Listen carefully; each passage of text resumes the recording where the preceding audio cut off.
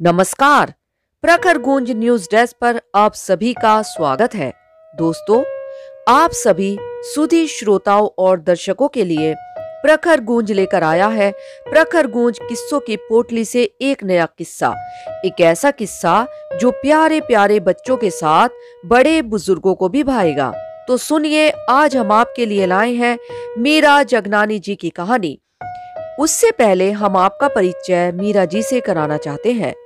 मीरा जगनानी अहमदाबाद की निवासी हैं।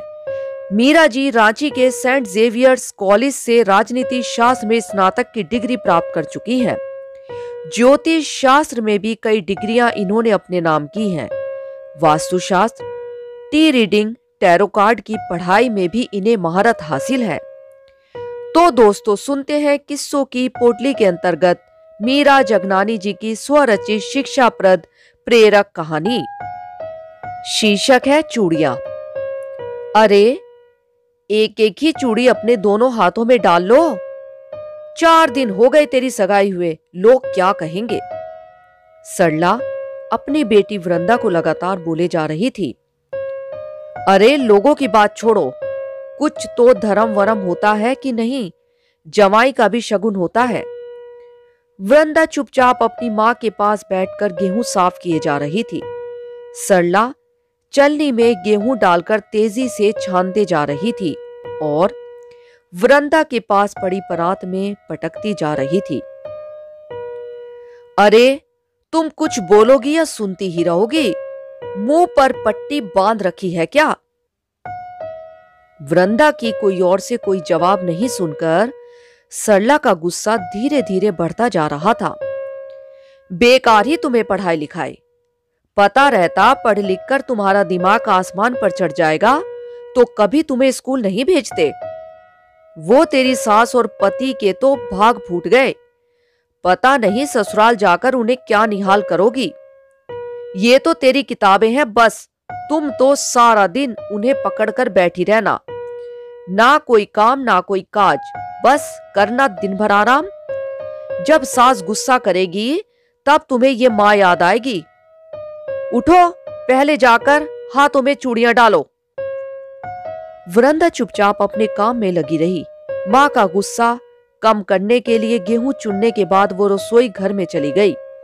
मां समझ गई आज वृंदा उसकी बात नहीं मानेगी। घर में शादी की तैयारियां शुरू हो चुकी थी। सगाई हुए 2 महीने बीत चुके थे। शादी का दिन धीरे धीरे करीब आता जा रहा था, पर अभी भी 2 महीने शादी के लिए बाकी थे। वृंदा के पास जमाई का कभी फोन आता और कभी चिट्ठी आ जाती। चिट्ठी के साथ कभी कभी वृंदा के नाम पर ससुराल से कोई कोरियर आ जाता। उसमें कुछ उपहार या कुछ मिठाइयां, साड़ियां रहती। इधर कुछ दिनों से सरला देख रही थी कि वृंदा को जमाई की चिट्ठियों का इंतजार रहता। चिट्ठी मिलते ही उसे पढ़ने वृंदा कभी छत पर कभी बरामदे के कोने में चली जाती। सास की भेजी हुई मिठाई निकालकर खाते हुए वृंदा की आंखों में सरला को ससुराल के प्रति प्यार और समर्पण दिखलाई देने लगा था। वो अचानक से कुछ बड़ी बड़ी लगने लगी थी, या शायद समझदार। एक दिन वृंदा अपनी मां के पास आई। मां, अपनी अलमारी की चाबी दो ना। क्या चाहिए? दो ना मां। थोड़ी देर बाद जब वृंदा लौटी तो उसके पैरों की आहट उसकी चूड़ियों की झनकार में घुलकर सरला के कानों में रस घोल रही थी। मौसम की पहली बारिश की बूंदें मंद मंद हवाओं के साथ धरती को स्पर्श करके अपनी सौंधी सौंधी खुशबू फिजाओं में बिखेर रही थी। सरला ने जब वृंदा को नजर उठाकर देखा तो वो झट मां की पीठ में चेहरा छिपाकर बैठ गई।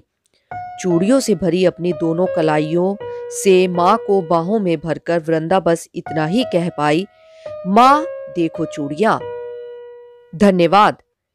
यह कहानी हमें भेजी अहमदाबाद से मीरा जगनानी जी ने।